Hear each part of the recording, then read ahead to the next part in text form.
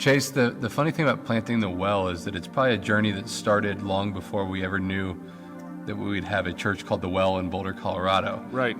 Part of my journey was getting saved and then really having this heart for the church all the way back in high school and making drawings and notebooks of churches with skate parks and funny things that you would do in high school. But that led to us meeting in Gunnison, Colorado, and you moving there, me already living there and pastoring at a church, and really God putting on my heart this idea that, hey, church planting is something that I feel like God's calling me to in the future. But it really just kind of started in a small mountain town, this idea of planting churches. And I don't think we really even knew what that meant when we first started talking about that.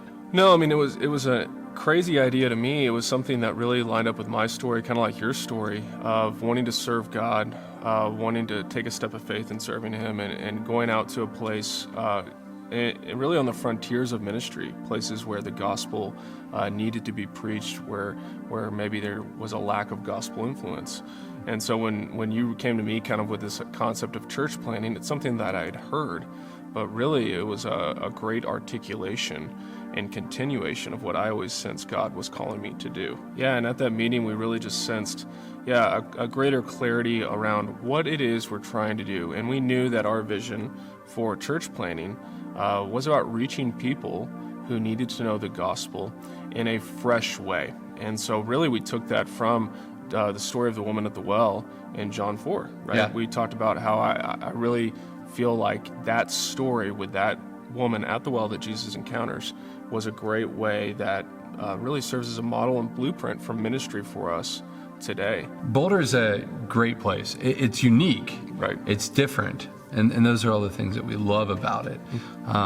It is a place that is not known for its Christian influence, though. Right. It's known for having things like Naropa College, which Sure. is the largest Buddhist university in America. It's known for the University of Colorado being a great party school. Right. It's known for its tech startups and Google having a campus here and Twitter being here. Right. Those are the things that it's known for, which is why I think planting in a place like Boulder is extremely important, but it's going to take a unique mindset. It's really interesting because Boulder is very much a post-Christian culture. It's a culture that really, there's a legacy here. Even at the school we typically meet at, Casey Middle School, they had revivals there back in the early 20th century. Then Chautauqua kind of had these preachers come in. Yep. So there was this kind of Christian influence in our town. Churches were built in this town. But over the last half century in our town, they very much moved, they would call it past Christianity.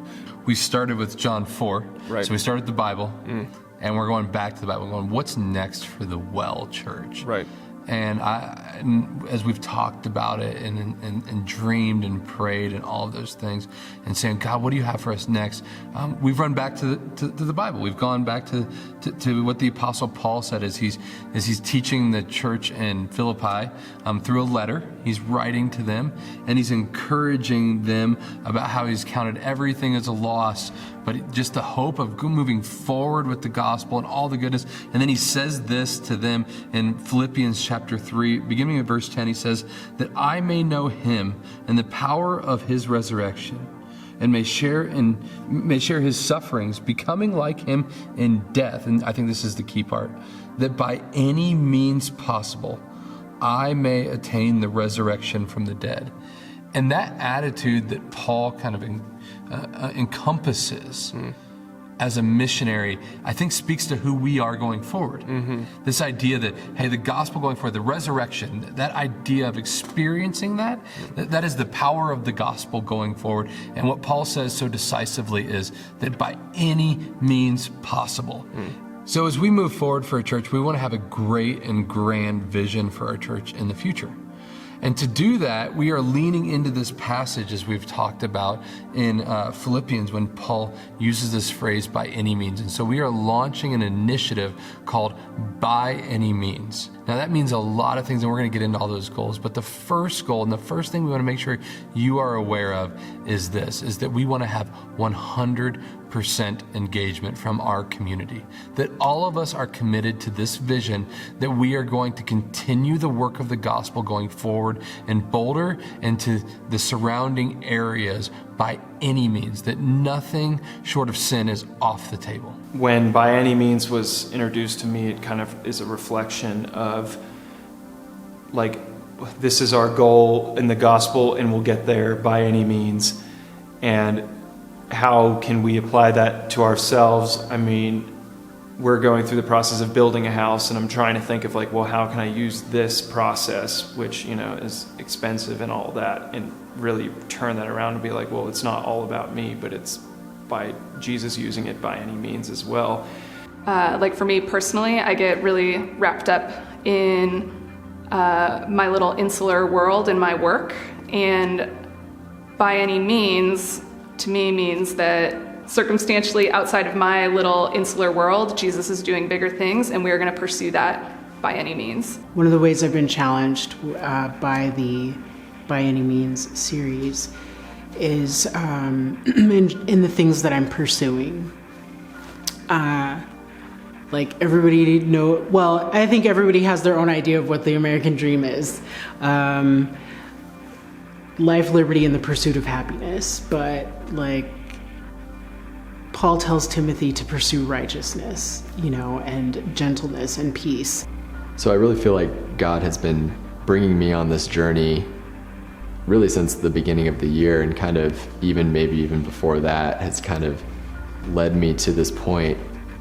And when this series and this giving campaign was introduced by the Well, it was really just a reassuring of what God is trying to teach me and is trying to develop in me as his disciple. So you might be wondering, when we say 100% engagement, what does that mean? What are the key markers? And we have 3 of them that we're saying are the markers of 100% engagement. The first one is this, is a means of surrender. You might go, means of surrender, what does that mean? That means, how am I personally journeying towards a deeper relationship with Jesus? The second one is a means of faith. And that's more in the area of, how can I honor God with 100% of what he's given me? And then the third one is a means of generosity. How can I stretch myself? How can I be engaged through being a generous person at the church that I have been called to and that God has given me? And so in this time, when we say 100% engagement, what we're looking for is a means of surrender, a means of faith, and a means of generosity from our church community. So as we go to God and we engage with God together, what we want to explore together is, where is God leading us? As we seek for God to do something in us, what is it we as a church want to see God do through us? And that brings us to our secondary goal. Our secondary goal during this By Any Means initiative is mission advancement. Mission advancement. We want to see the gospel go forward all throughout the state of Colorado through churches planted and people reached. And we have 3 ways that we're defining mission advancement. First, we're talking about every day. Every day, which means every day here at the Well, sustaining and growing what we're already doing. The second way is every neighbor. Every neighbor means it is time for the Well to find a permanent facility here in Boulder. It's time, and we are excited to finally do that together as a church. And so that's part of the mission advancement.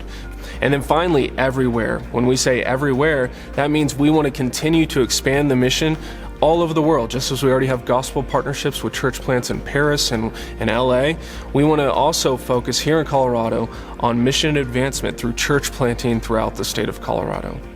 You know, this season really has me excited at the Well, because through this By Any Means initiative, it reminds me of our early church planting days, where we have a vision that really exceeds anything we're capable of, and God needs to show up in a big way.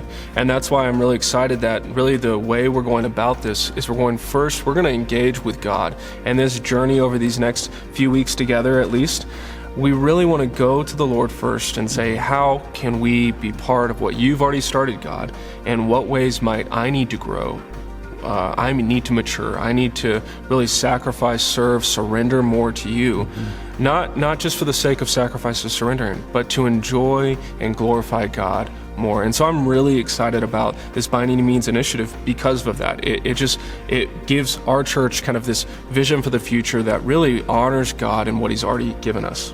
We need a place to plant the flag of the Well for the sake of the gospel in our community and say this is our home. Right. And particularly in this season that we found ourselves in with COVID-19 Right. and all that's going on, not having a home has presented unique challenges that nobody could have ever seen coming, but has kind of ramped up and given us, by God's grace, in a strange way, an opportunity to come out on the other side of this as a church that's prepared to have a home and to have a lasting legacy in our community. That's right.